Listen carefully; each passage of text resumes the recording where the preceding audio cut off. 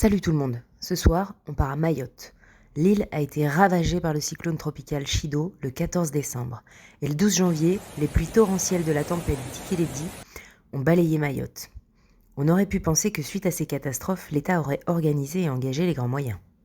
Sur place, on a dû s'activer très très vite parce qu'on a vu vraiment aucune aide se mettre en place, que ce soit de la part de l'État et des associations, des grosses ONG notamment. On n'a toujours rien vu.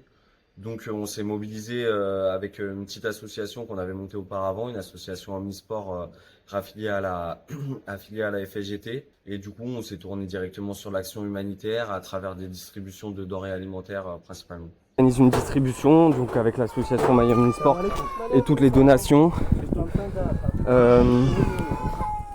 C'est un des quartiers qui a été dévasté. C'était que des habitations en tôle ici. C'est un quartier qui se trouve derrière les établissements scolaires. Quand les mamans vont passer là, ils vont avoir chacun des sardines et du farine. Le 13 janvier, c'était la rentrée scolaire normalement. Elle a été repoussée au 20 puis au 27 janvier.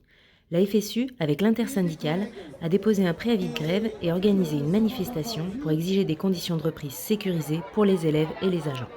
Quand vous regardez sur le terrain, il faut regarder les écoles. Décemment, on ne peut pas mettre les gamins dans ces conditions-là, dans ces écoles-là. Au niveau des services publics, tout est extrêmement dégradé. Dans les écoles, il manque énormément d'enseignants. On a une grande majorité de contractuels. Nous, en EPS, certains établissements qui n'ont aucune infrastructure sportive. On a beaucoup de violences qui sont majoritairement liées aux guerres de quartier. On enseigne vraiment dans des conditions très difficiles par rapport à la chaleur.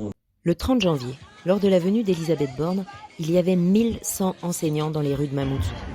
Grâce à l'accentuation du rapport de force, l'intersyndicale a pu rencontrer la ministre le 31 janvier et le directeur général des ressources humaines et la direction du rectorat le 18 février. Ils ont gagné. L'affichage des rapports des commissions de sécurité devant les établissements scolaires, la simplification et l'extension de l'aide Chido qui a dû être versée le 7 mars, l'arrivée de 3 psychologues de la MGEN supplémentaires sur l'île. Ils ont aussi fait avancer des revendications antérieures à Chido. La question de l'indexation des salaires doit être discutée au niveau interministériel. L'avancement à la hors-classe dès le 7e échelon doit être prolongé pour le premier degré et étendu au second degré. Un classement REP+ pour Mayotte sera discuté avec la DGESCO. La situation des contractuels devrait être améliorée. Ircantec, concours interne, titularisation sont à l'étude. Mayotte a vraiment besoin d'un plan d'urgence pour l'éducation. Le rapport de force permet des avancées. Courage, ne lâchons rien.